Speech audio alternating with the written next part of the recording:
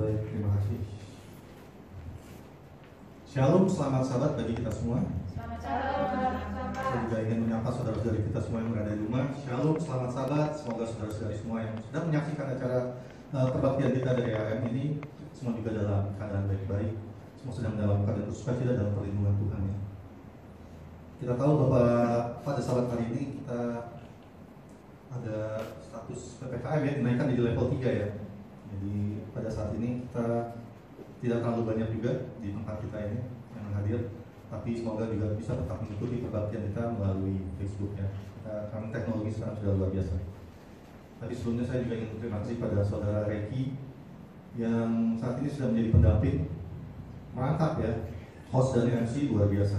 Saudara ini multi talenta sekali ya, luar biasa. Terima kasih saudara Reki yang luar biasa sudah mendampingi saya, dan juga Ibu Elvin yang sudah membawakan lagu pujian yang begitu luar biasa, yang membuat tadi saya dengar juga, walaupun sudah beberapa kali kita bawakan, tapi tetap saja lagu ini menggugah ya, menggugah hati dan menguatkan kita bahwa betapa luar biasa Tuhan, kemuliaan Tuhan itu ya, luar biasa. Terima kasih. Dan pada saat hari ini saya akan membawakan firman Tuhan dengan judul Dunia Kebohongan. Sebenarnya tadi sebelum saya mau bangkit berdiri untuk membawakan firman Tuhan ini, rasanya agak berat juga ya, pengen duduk terus saja. Dunia kebohongan. Kenapa dunia kebohongan? Karena ya terus terang kita sedang saat ini kita berada dalam dunia kebohongan. Ya kalau zaman sekarang sih bilangnya dunia tipu-tipu ya, dunia tipu-tipu. Dan mungkin saya masih salah satu di antaranya, ya kan? Makanya agak berat juga yang membawakan firman ini, dunia tipu-tipu, dunia kebohongan. Kenapa dunia kebohongan? Karena ya om saya sendiri pernah berkata kan, yaitu kalau saudara-saudara pernah pasti tahu kan, Ahmad Albar, ya kan? Dunia ini panggung sandiwara. Mengapa kita bersandiwara? Ya kan? Kenapa kita mesti bersandiwara? Memakai topeng. Berarti kita sedang menipu seseorang dengan topeng kita. Berarti kita sedang menipu diri kita sendiri. Baik, tapi sebelum kita lebih lanjut, saya ingin kita kembali mengundang kita semua untuk kita kembali berdoa. Bapa kami yang bertata dalam kerajaan surga, terima kasih Bapa. Pada saat ini hamba akan membawakan firman-Mu Bapa. Biarlah Roh Kudus berkuasa dalam hati dan pikiran kami, agar akan kami bentangkan yang hamba bentangkan semuanya sesuai dengan kehendak-Mu saja. Dan apa yang keluar dapat diterima oleh yang mendengarkan, dan semuanya hanya baik bagi kemuliaan bagi nama-Mu saja. Dalam nama Yesus Kristus, Tuhan Tuhan kami. Amin. Baik, terima kasih.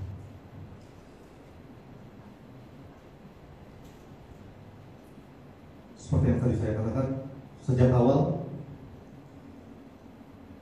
memang kita berada di dalam dunia kebohongan. Kenapa ada dalam dunia kebohongan? Kenapa kita bersandiwara? Kenapa kita mesti menipu orang lain? Kenapa kita mesti menipu diri kita sendiri? Karena sejak semula kita adalah makhluk yang sudah jatuh dalam tipuan iblis.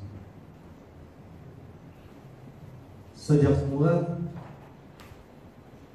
kita sudah memilih untuk meragukan Tuhan.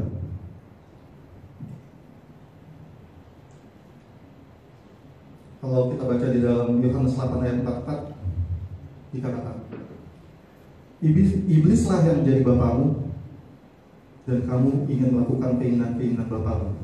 Keinginan bapamu di sini adalah iblis. Ia adalah pembunuh manusia sejak semula dan tidak hidup dalam kebenaran. Sebab di dalam dia tidak ada kebenaran. Apabila ia berkata dusta, ia berkata atas kehendaknya sendiri. Sebab ia adalah pendusta dan bapa segala dusta. Sejak pertama Adam dan Hawa berada di Taman Eden, iblis sudah berhasil mengecoh ciptaan Tuhan, yaitu Hawa. Ciptaan Tuhan yang kedua ya, setelah Adam, manusia kedua setelah Adam, berhasil dikacau oleh iblis. Dimana kalau kita baca di dalam Kejadian 3 ayat 1 sampai 6 akan saya bacakan. Firman Tuhan, manusia jatuh ke dalam dosa. Adapun ular ialah yang paling cerdik dari segala binatang di darat yang dijadikan oleh Tuhan Allah. Ular itu berkata kepada perempuan itu, tentulah Allah berfirman, semua pohon dalam taman ini jangan kamu makan buahnya, bukan? Lalu sahut perempuan itu kepada ular itu, buah pohon-pohonan dalam taman ini boleh kami makan, tetapi tentang buah pohon yang ada di tengah-tengah taman Allah berfirman, di tengah-tengah taman Allah berfirman, jangan kamu makan ataupun raba buah itu, nanti kamu mati. Tapi ular itu berkata kepada perempuan itu, sekali-kali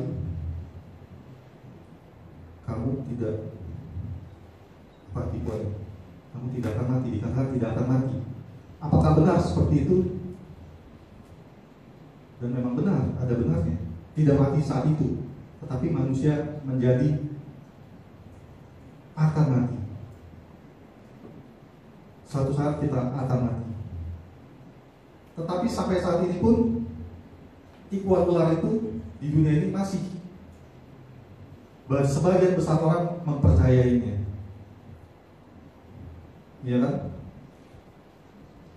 Di ajaran agama tertentu dikatakan bahwa saat kita mati, kita bisa dilahirkan kembali. Saat kita mati, kita tidak benar-benar mati, karena kita dilahirkan kembali dalam bentuk orang yang berbeda, atau bahkan jadi makhluk yang berbeda. Katanya kalau kita tidak melakukan hal yang baik di masa hidupnya, saat dilahirkan kembali dia akan menjadi makhluk yang lebih rendah lagi. Itu ada ajaran seperti itu, yaitu reinkarnasi kan. Kita tahu ajaran dari mana, cuma saudara-saudari pasti sudah lebih tahu. Dan juga ada ajaran bahwa kita tidak akan benar-benar mati, walaupun kita sudah jatuh dalam dosa ini, sudah melanggar firman Tuhan, kita tidak akan benar-benar mati. Kita akan disucikan kembali di neraka. Di neraka kita cuma disucikan lagi. Kita akan tetap masuk ke dalam surga. Enak sekali memang, luar biasa ya. Kita tidak mati berarti, tidak ada kebinasaan. Dan kita tahu ada ajaran seperti itu dan banyak yang percaya. Dan ada lagi di Kristen sendiri banyak ini yang percaya bahwa kita tidak akan benar-benar mati. Ya mungkin kita berdosa, kita akan masuk neraka, tetapi di neraka kita tidak akan mati. Kita akan disiksa selama-lamanya. Kita tidak mati, cuma disiksa aja.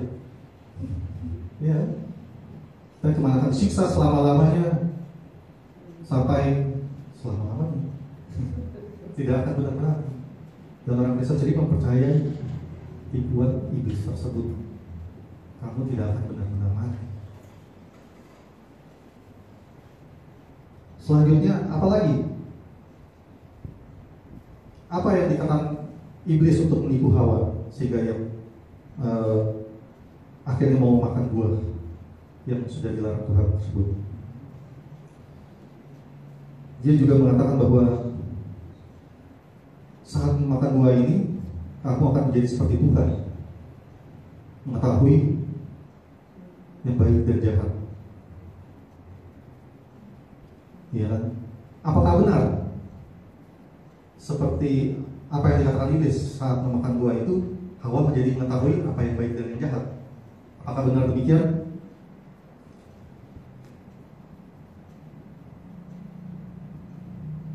Karena sebelumnya Hawa tidak tahu yang jahat, yang dia tahu hanya yang baik, yang dia tahu hanya firman Tuhan, kebenaran itu sendiri. Dia hanya tahu kebenaran, dia tidak tahu yang jahat. Tetapi akhirnya dia tahu yang jahat, dan dia sudah mulai meragukan yang baik. Dia meragukan kata-kata Tuhan itu sendiri. Dia mulai, iblis ini hebat ya, dia membuat Hawa menjadi mempunyai keraguan. Jangan-jangan benar juga Tuhan ingin tidak ada yang menyamai dia. Kata-kata iblis membuat Hawa mempunyai keinginan menjadi sama seperti Tuhan. Yang dirangsang adalah keinginan. Keinginan itu berasal dari dirinya sendiri. Luar biasa ya iblis ya, bisa seperti itu ya, membuat seorang Hawa yang tadinya hanya tahu tentang kebenaran timbul keraguan akan kebenaran, timbul keinginannya, dan akhirnya kalau kita baca, dan akhirnya perempuan itu melihat bahwa buah pohon itu baik untuk dimakan dan sedap kelihatannya. Lagi pula pohon itu menarik hati karena memberi pengertian, seperti yang sudah dikatakan itu tadi, sebenarnya akan memberikan pengertian tentang yang baik dan jahat. Lalu ia mengambil dari buahnya dan dimakannya,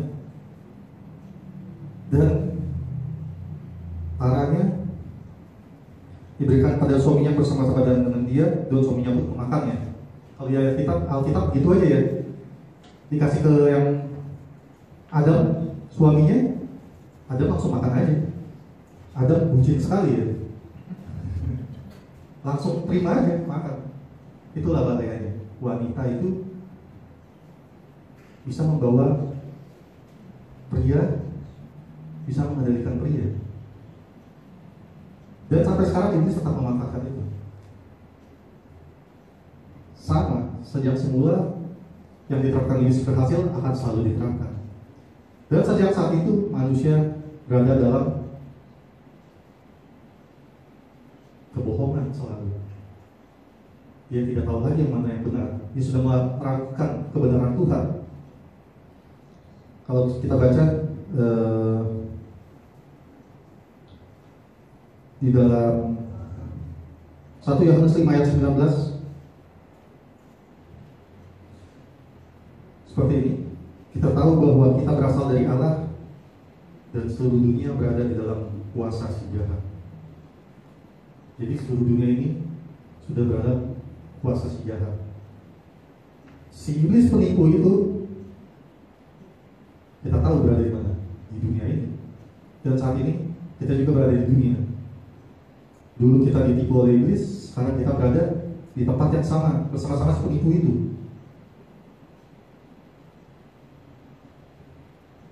Kalau dulu kita berhasil ditipu, kita berhasil dibutakan, apakah sekarang kita bisa keluar dari penipuan tersebut? Iblis yang begitu hebatnya, canggihnya menipu kita. Berarti kita sekarang berada dalam dunia kebohongan. Semua ini adanya tipu muslihat iblis. Lalu bagaimana? Apa yang harus kita lakukan? Kalau kita pernah nonton film Matrix, saya rasa kita semua sudah pernah ya. Walaupun kita diberitahu kita tidak bagus untuk menyaksikan acara-acara film seperti itu, tapi saya percaya karena itu sudah masuk ke dalam TV, disediakan di TV juga sudah lama. Dalam Matrix pun kan ya, adalah kebohongan, tapi di dalamnya ada dikatakan kamu mau pilih yang mana, merah atau biru? Yang merah, kamu tetap berada dalam Matrix, dalam dunia semua itu, atau yang biru, kamu bangkit, kamu bangun di dunia yang sebenarnya. Seperti itulah saat ini kita ditawarkan. Karena Tuhan, seperti ayat ini kita tadi dikatakan, kamu akan mengetahui kebenaran dan kebenaran yang akan memerdekakan kamu. Memerdekakan dari apa? Dari tipuan iblis. Dari semua tipuan iblis. Semua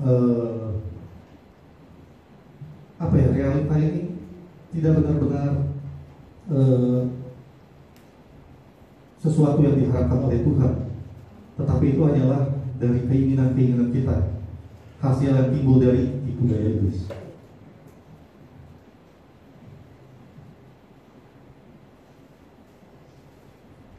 Karena saya juga ingin bertanya, Mungkin ada yang meragukan, enggak kok, saya tidak masuk dalam budaya iblis. Adakah di sini, di tempat ini,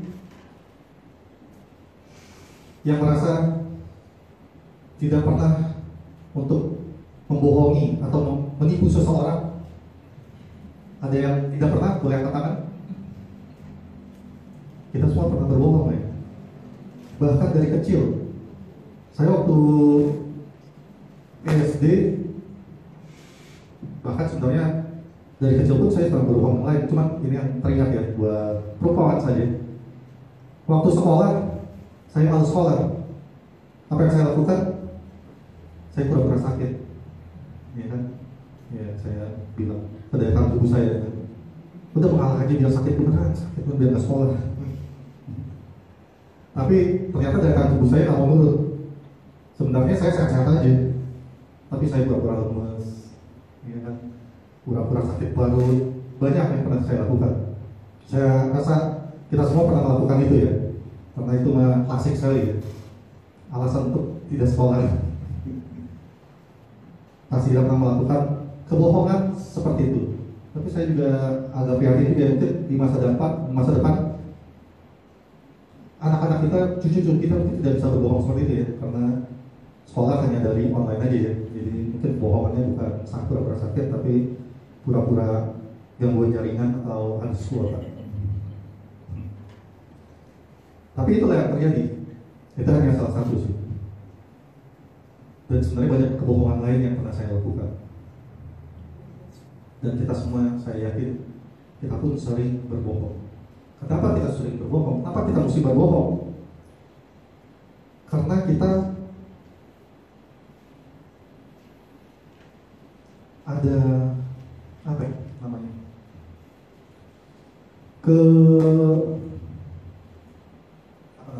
Benturan kepentingan. Kita mempunyai keinginan lain, tetapi kita diharapkan juga oleh orang tua kita, oleh masyarakat kita, lingkungan kita, sesuatu yang berbeda dari keinginan kita. Akhirnya kita pura-pura. Kita lihat, diinginkan oleh orang tua kita, kita harus selalu hadir di gereja. Tapi keinginannya sebenarnya kita ingin di rumah. Kita ingin santai. Kita diharapkan Tuhan untuk selalu setia. Akhirnya kita pura-pura setia, tapi di belakang kita berbeda. Saya harap kita semua tidak seperti itu ya. Saya yakin dan percaya kita semua yang berada di tempat ini ataupun yang sedang menyaksikan, kita mau melayani Tuhan dengan sungguh-sungguh. Tetapi karena di dunia adalah dunia kebohongan, itu memang terjadi. Saya tidak menunjuk orangnya siapa. Biarlah kita melihat diri kita masing-masing ya.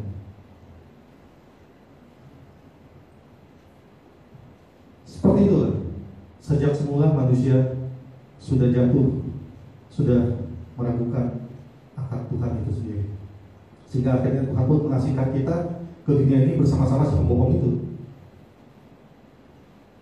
Dan saat di dunia kita bersama pembohong itu, kita akan selalu menjadi bahan untuk dikendalikan oleh si pembohong itu. Akhirnya kita sendiri menjadi pembohong kalau kita tidak bersama dengan Tuhan. Jadi bagaimana nih? Repot juga ya, di dalam dunia yang gelap ini kita sudah dalam rantai kebohongan. Bagaimana kita bebas dari kebohongan tersebut? Satu-satunya cara adalah dengan kembali kepada kebenaran. Bagaimana kita bisa kembali kepada kebenaran? Kita sudah lama tidak mengetahui tentang kebenaran. Kita sudah lama dalam kegelapan kebohongan.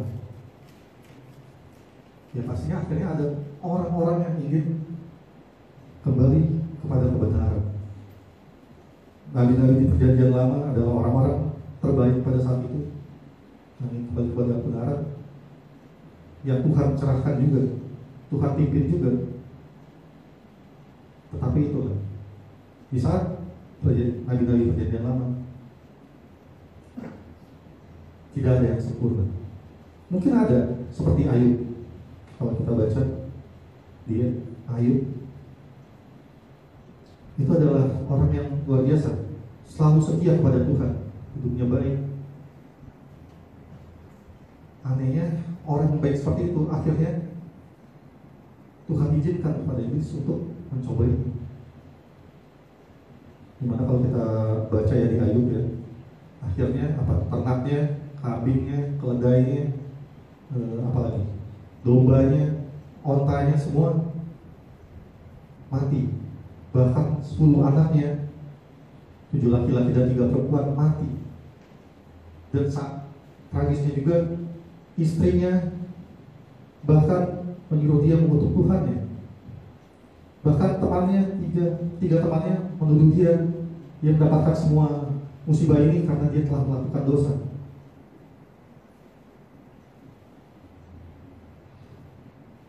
Tapi kalau kita baca dalam Ayub 1 ayat 22 dikatakan, ada yang bisa membacakan? Ayub 1 ayat 22.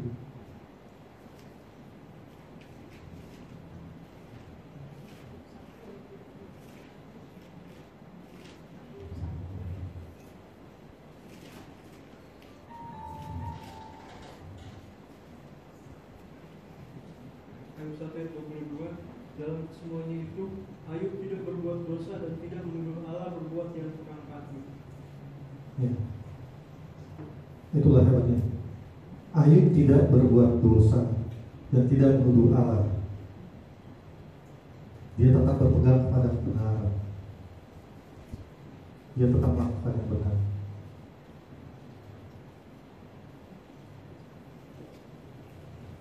Luar biasanya Ayub, dia tetap setia.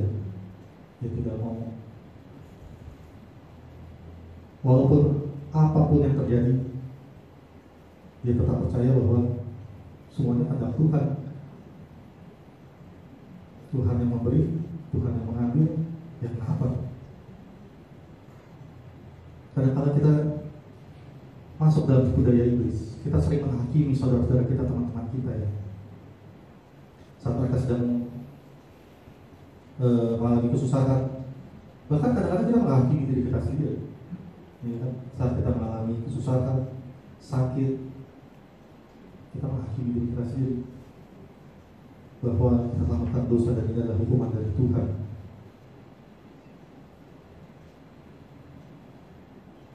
Akhirnya kita menyalahkan Tuhan.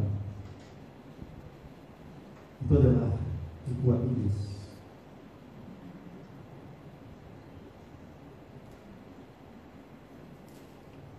Jadi bagaimana untuk kita lepas, untuk kita menerima kebenaran ini? Apa kebenaran ini sekarang? Saya bisa katakan kebenaran itu adalah Tuhan. Tuhan adalah kebenaran, firman Tuhan adalah kebenaran, dan Yesus adalah kebenaran. Karena Yesus mengatakan, akulah jalan dan kebenaran dan hidup. Dialah jalan menuju kebenaran, membebaskan Anda dari kematian.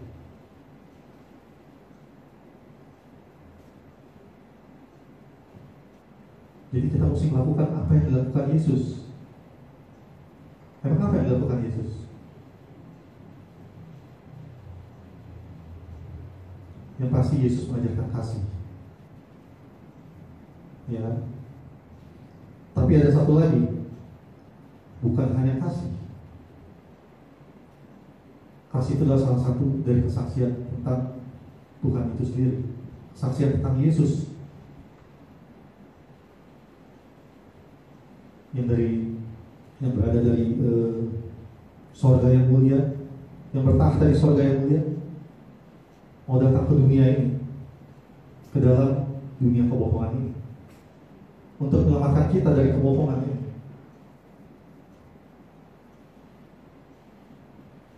Untuk menyelamatkan kita dari rantai yang tidak pernah putus dari kebohongan.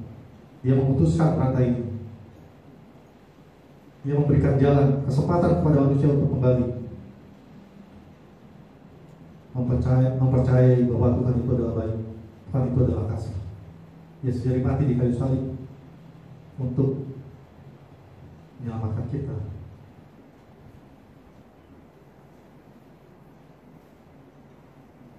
Apakah kita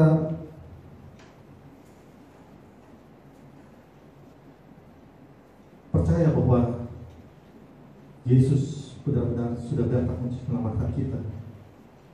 Karena iblis itu bekerja saat ini. Saat ini pun ada ajaran-ajaran yang meragukan. Bukan ada ajaran, banyak ajaran yang meragukan tentang Yesus, meragukan tentang Tuhan yang kasih mau menyelamatkan manusia. Banyak ajaran justru mengajarkan bahwa Tuhan itu jahat. Tuhan itu mau membuat kita binasa. Ya, kalau kita pelajari, bukan kita pelajari, dari film-film, dari entertainment, kita kadang-kadang suka ingin selalu dibohongi oleh iblis, ya. Seperti kita menyaksikan sulap. Sulap itu apa sih? Itu trik, tipuan. Semuanya tipuan, tapi kita senang menyaksikannya. Kalau dulu yang terkenal adalah pesulapnya adalah David Copperfield, ya. Dimana dia bisa menembus dinding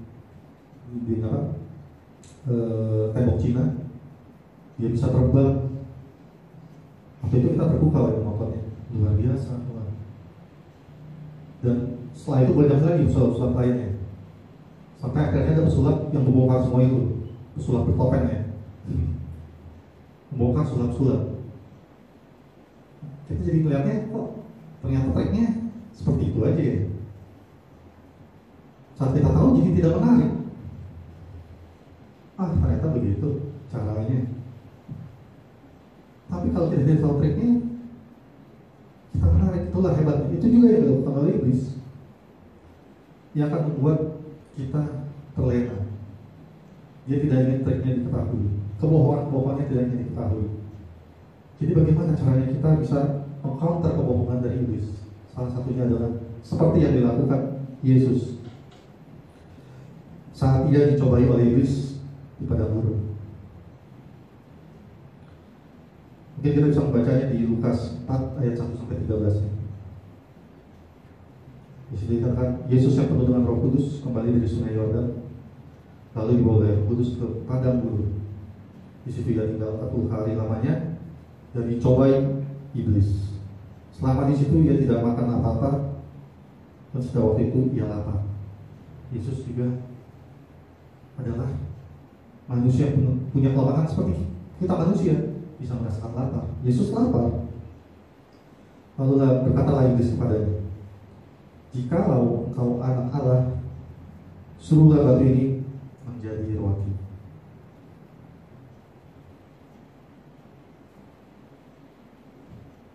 Iblis tahu gak kalau Yesus anak Allah? Dia tahu. Tapi saat ia mengatakan, dia seakan-akan mempertanyakan, kalau kau anak Allah, suruhlah batu ini menjadi roti.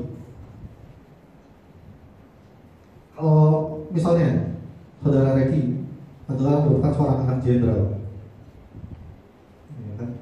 Dikatakan, bro, kalau benar anak jenderal, coba lo suruh tuh weapon yang di depan, benar anak jenderal, bisa nggak? Kalau benar ya, kalau nggak benar ya, tadi bohong, kalau nggak bisa, ya kan gitu kan. Tapi itu adalah budaya iblis. Kalau saudara Reki,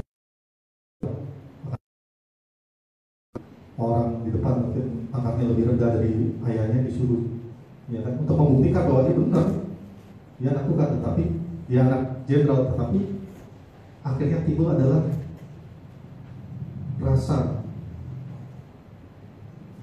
keakuannya. Itu yang selalu dipancing oleh iblis, keinginan keakuan.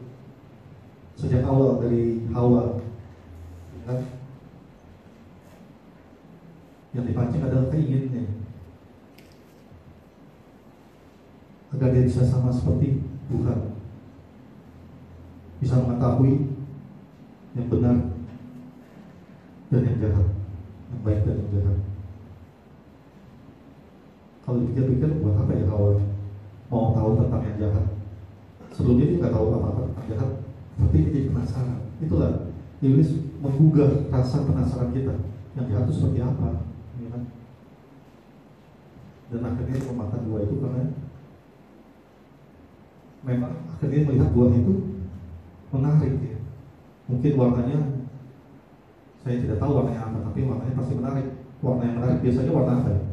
Merah ya. Warna merah menarik sekali, menggugah selera. Mungkin baunya juga kalau kita lewat jalan pinggiran yang jual durian tuh biasanya wah luar biasa baunya, ngiler sendiri kan. Mungkin baunya juga walaupun tidak dikatakan di Alkitab, ini cuma asumsi saya, mungkin seperti itu. Seperti itu juga lah iblis mencobai Tuhan Yesus. Tapi apa jawab Yesus? Di ayat yang keempat, Lukas 4 ayat 4, jawab Yesus padanya, ada tertulis manusia hidup bukan dari roti saja. Yesus mengatakan ada tertulis.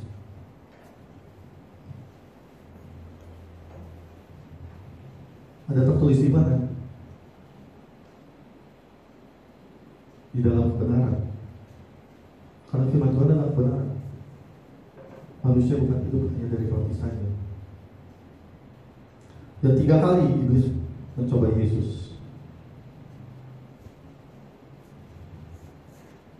Dikatakan juga dia membawa Yesus ke tempat yang tinggi.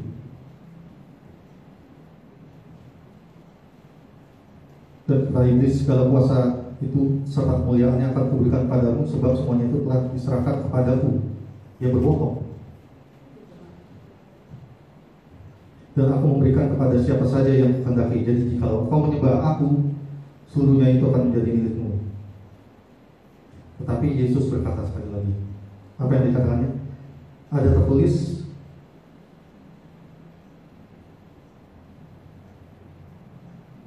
engkau harus menyembah Tuhan Allahmu dan hanya kepada Dia saja engkau berbakti.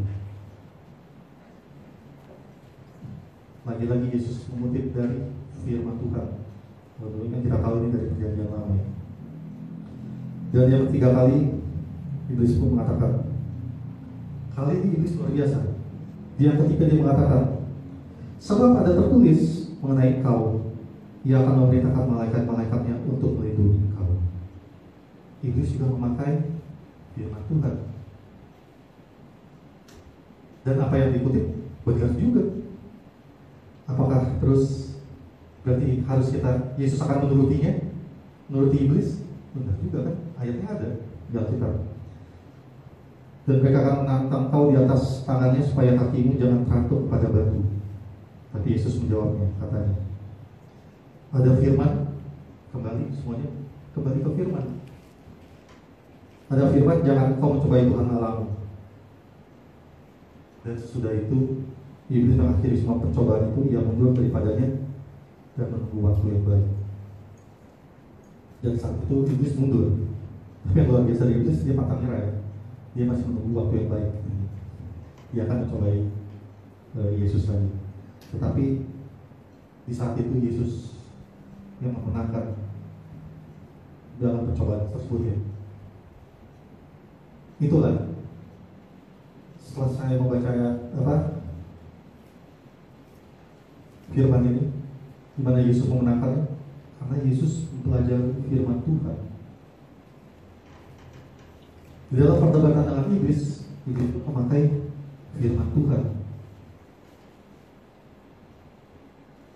Tetapi Yesus kembali memakai firman, karena tidak mungkin firman itu bertentangan. Kadang-kala iblis menginterpretasikan maksud dari firman itu sesuai keinginan dia. Tapi Yesus memakai ayat tersebut sesuai dengan kehendak Tuhan, di mana pastinya kehendak Tuhan bukan untuk keakuan kita, untuk kita merasa lebih hebat, tidak. Tetapi kita memakai firman Tuhan untuk memuliakan Tuhan, untuk melayani Tuhan. dan Yesus akhirnya memenangkan dalam perdebatan tersebut. Inilah mungkin yang menjadi tantangan juga ya buat kita ya. Kadang-kadang kita suka memakai firman Tuhan untuk menilai orang lain. Bahkan pendeta sekalipun kadang-kadang suka seperti itu. Memakai firman Tuhan untuk memberikan pengertian-pengertian. Tetapi apakah pengertian tersebut memang sesuai dengan maksud sesungguhnya dari Tuhan?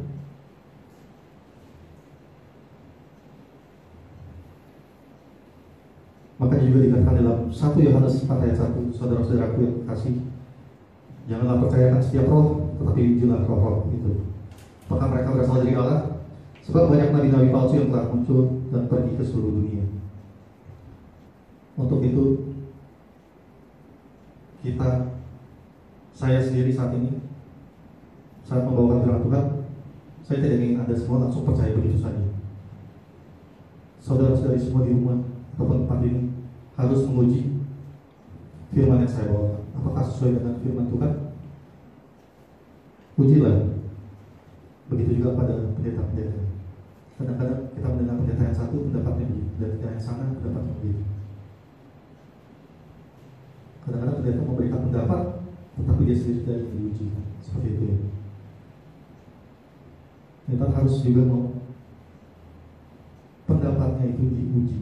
Apakah sesuai dengan maksud yang sesungguhnya? Apakah sesuai dengan firman itu sendiri? Karena firman tidak mungkin bertentangan dengan firman itu sendiri. Itulah ya, kita harus belajar firman itu dengan sungguh-sungguh dan berserah pada Tuhan. Tapi saat ini apakah kita umat Tuhan sudah benar-benar selalu belajar firman Tuhan? Bagaimana kalau suatu saat kita dihadapkan dengan firman sendiri untuk menentang kita? Bagaimana kalau kita tidak mengetahui tentang kebenaran? Atau jangan-jangan kita sudah terbuai, ya, kita sudah meninggalkan kebenaran. Karena kalau dikatakan di Hosea 4 ayat 6, umatku binasa karena tidak mengenal Allah. Karena kau yang menolak kebenaran itu, maka aku menolak engkau menjadi umatku. Karena kau merupakan pengajaran Allahmu, aku juga akan merupakan anak-anakmu. Kita yang sudah mengetahui kebenaran, kadang-kadang kita mulai mengengah. Kita mulai, kalau bahasa Inggrisnya lack of knowledge ya. Kita sudah tidak mau mempelajari lagi tentang firman-firman yang dahulu. Karena terus terang nih, di Advent sendiri ada dua pendapat. Walaupun ini ya mungkin sesuatu yang tidak terlalu signifikan ya. Soal makanan, di dalam Advent sendiri ada pertentangan. Ada yang mengatakan bahwa bebek boleh dimakan, ada yang mengatakan bahwa bebek tidak boleh dimakan. Waktu saya kecil dulu, walaupun saya dulu masih kecil ya, tapi saya suka nyimak dulu. Karena kan saya suka ikut sama oma saya. Kalau di gereja mendapat orang, pendeta-pendeta, bahkan orang-orang di sekitarnya selalu mengatakan bahwa bebek tidak boleh dimakan. Itu orang-orang zaman dulu. Saya sering dengar bebek tidak boleh. Apa ada ayatnya? Dan akhirnya saya membuktikan ada ayatnya, ya kan? Yang kakinya berselaput tidak boleh dimakan. Tapi di zaman sekarang saya dengar banyak orang mengatakan boleh makan bebek. Di mana ayatnya? Saya cari ayatnya. Ada dulu saya menemukan ayat tersebut ya. Di Alkitab, kaki yang berselaput salah satu makhluk yang diklasifikasikan untuk tidak boleh dimakan. Tapi saat ini saya baca Alkitab, kok saya tidak menemukannya? Luar biasa juga ya. Saya tidak menemukan apa benar juga apa saya salah baca waktu itu ya. Tapi orang dulu semua ngomongnya bebek tidak boleh dimakan. Tapi saat ini boleh. Nah itu salah satu kebingungan saya sih. Mungkin kalau ada yang punya pendapat bisa menuliskannya di komentar Facebook ya. Boleh memberikan keterangan. Karena ini juga salah satu pertanyaan pribadi saya. Apakah saya salah baca Apa jangan-jangan ini yang dimaksud dengan Mandela Effect ya? Karena luar biasa juga ya. Dulu saya bisa menemukan ayat tersebut, sekarang saya tidak bisa menemukan. Bahkan di Alkitab yang lama, terjemahan lama sekalipun saya tidak menemukan. Nah, bisa ya, luar biasa. Tapi ya kembali lagi, itulah. Saya tidak tahu, mungkin itu salah saya, salah ingat. Apa yang mesti kita lakukan agar kita bisa bebas dari tipu daya iblis? Salah satunya adalah firman Tuhan. Kita harus berpegang pada firman Tuhan. Kita harus mempelajari firman Tuhan, sehingga kita tidak masuk dalam tipu daya iblis. Kita tidak masuk untuk meninggikan diri kita sendiri. Kita tidak timbul keinginan-keinginan, karena keinginan-keinginan itu luar biasa ya. Karena kalau kita baca juga di dalam Matius 7 ayat 21, kalau kita sudah tahu kan banyak orang-orang berseru kepada Tuhan, berseru Tuhan, Tuhan. Tapi Tuhan mengatakan tidak, bukan setiap orang berseru kepada Tuhan, Tuhan akan masuk ke dalam kerajaan surga, melainkan dia yang melakukan kehendak Bapakku yang di surga. Pada hari terakhir banyak akan berseru kepadaku, Tuhan, Tuhan, bukankah kami bernubuat atas namamu? Saya pikir-pikir bernubuat atas nama Tuhan siapa sih saat ini? Banyak orang ada. Dan mengusir setan demi namamu. Ada saudara kita juga mengusir setan demi namamu, dan mengadakan banyak mujizat demi namamu juga. Pada waktu itu aku akan berterus terang pada mereka dan berkata, aku tidak pernah mengenal kamu. Nyahlah daripada aku, kamu sekalian pembuat kejahatan. Pembuat kejahatan sudah berbuat tentang Tuhan, mengusir setan, menyembuhkan orang, tapi Tuhan katakan pembuat kejahatan. Di mana jahatnya? Karena dikatakan ya sebelumnya ya, tidak ada seorang bisa masuk dalam kerajaan surga, bahkan dia yang melakukan kehendak Bapakku yang di surga. Jadi apakah orang-orang ini sudah melakukan semua? Kita harus introspeksi. Kita sebagai orang Kristen, kita sebagai orang Advent, apa kita datang ke gereja ini, kita melayani Tuhan, berbakti memuji dan memuliakan nama Tuhan? Apakah yang kita lakukan ini semuanya memang benar? Itu semua karena kehendak Tuhan, atau ternyata hanya kehendak diri kita sendiri, keinginan diri kita sendiri? Kita mempunyai, saat kita bilang kita mempunyai keinginan sendiri, kita mempunyai motivasi kita sendiri, ya kan? Itu berbahaya, itu yang paling berbahaya. Saya akan mendoakan kita semua ya, agar itu tidak ada dalam pikiran kita ya, agar kita semua mau benar-benar melayani Tuhan karena kita ingin seturut dengan kehendak Tuhan, bukan dengan kehendak kita sendiri, dengan motivasi-motivasi kita sendiri.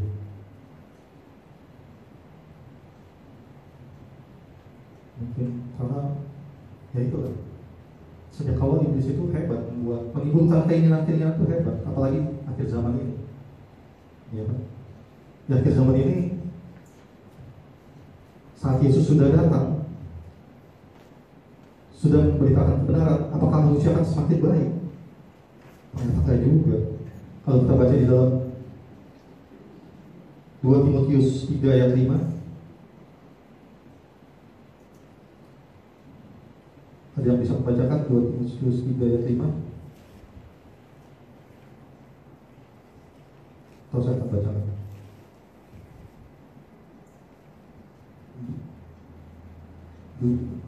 2 Timotius 3 ayat 5.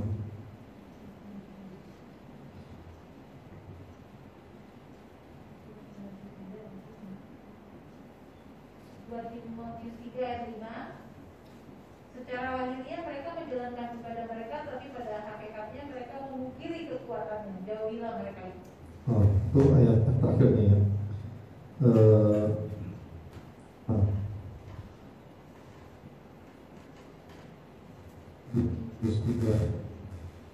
Ya benar. baca di ayat sebelumnya, 3 ayat 1 dikatakan juga,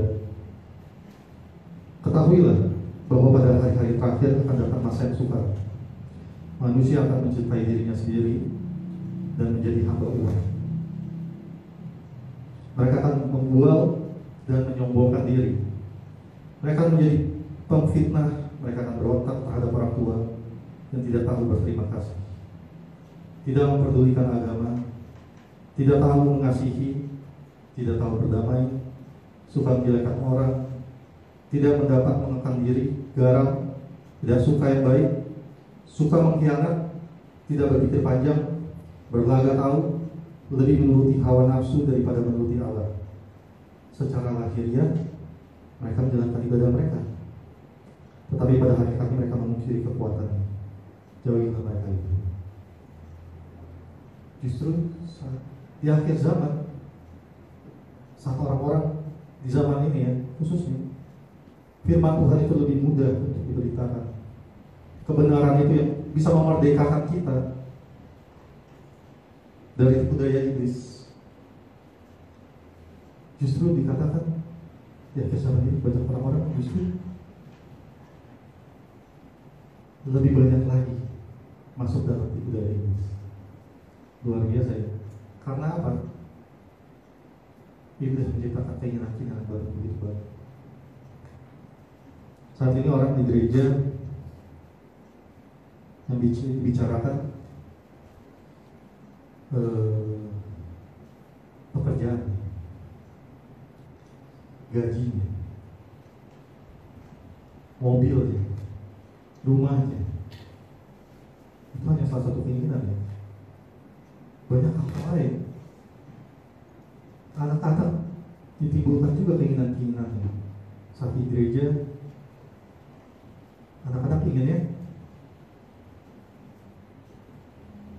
bukan untuk mendengarkan firman Tuhan, tetapi menuruti keinginan mereka.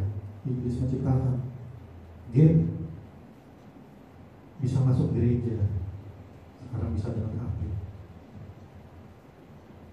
Sosmed, saat di gereja, anak-anak sekarang sedang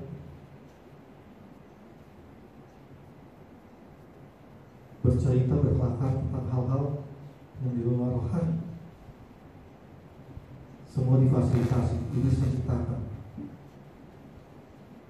Walaupun sebenarnya HP sendiri bisa membawa kebaikan.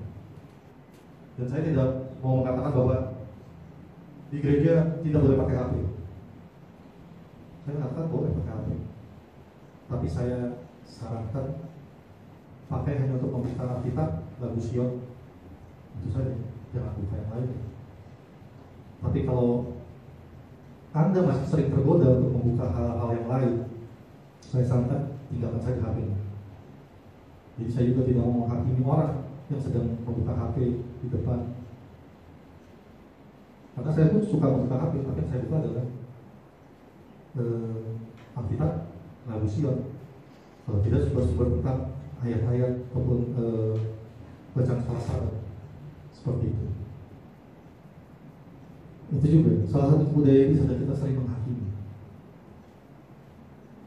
Karena HP ini sebenarnya netral. Yang mengendalikan adalah manusianya. Fasilitas selalu ada, tapi bagaimana kitanya? Apakah kita mau selalu berpegang pada firman Tuhan? Saat kita menghakimi, kita sudah di luar dari firman Tuhan. Saat orang pegang HP di gereja, kita sudah bilang nggak benar ke orang, ya kan? Kita sudah menghakimi. Apakah kita sudah langsung? Kalau kita lihat langsung mungkin boleh. Pas kita lihat, wah dia lagi main game, boleh kita tegur. Tetapi kalau tidak lihat, kenapa kita menghakimi? Kita tidak perlu menghakimi, tapi kita perlu mengarahkan saja. Boleh bawa HP, tapi hanya boleh buka Alkitab, lagu Sion, sumber-sumber tentang kebenaran Tuhan, mungkin dari internet, mencari ayat-ayat, boleh saja.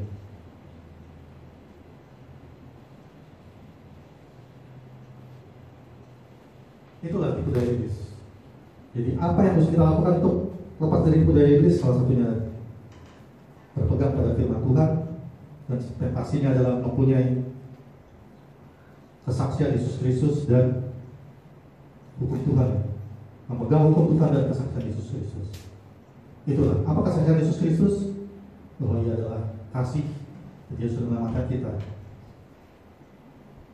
Untuk itu kita pun harus mempunyai kasih.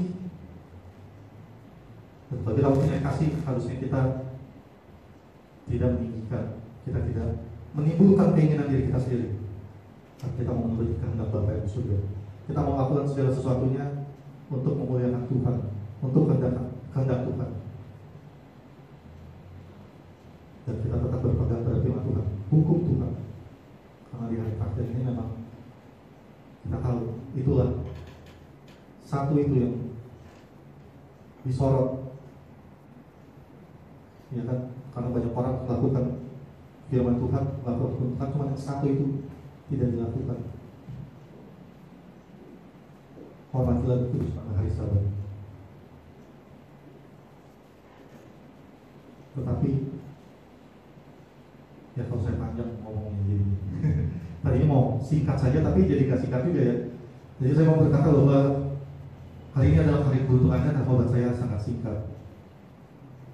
Tapi kalau gak singkat berarti ada lebih beruntung lah ya.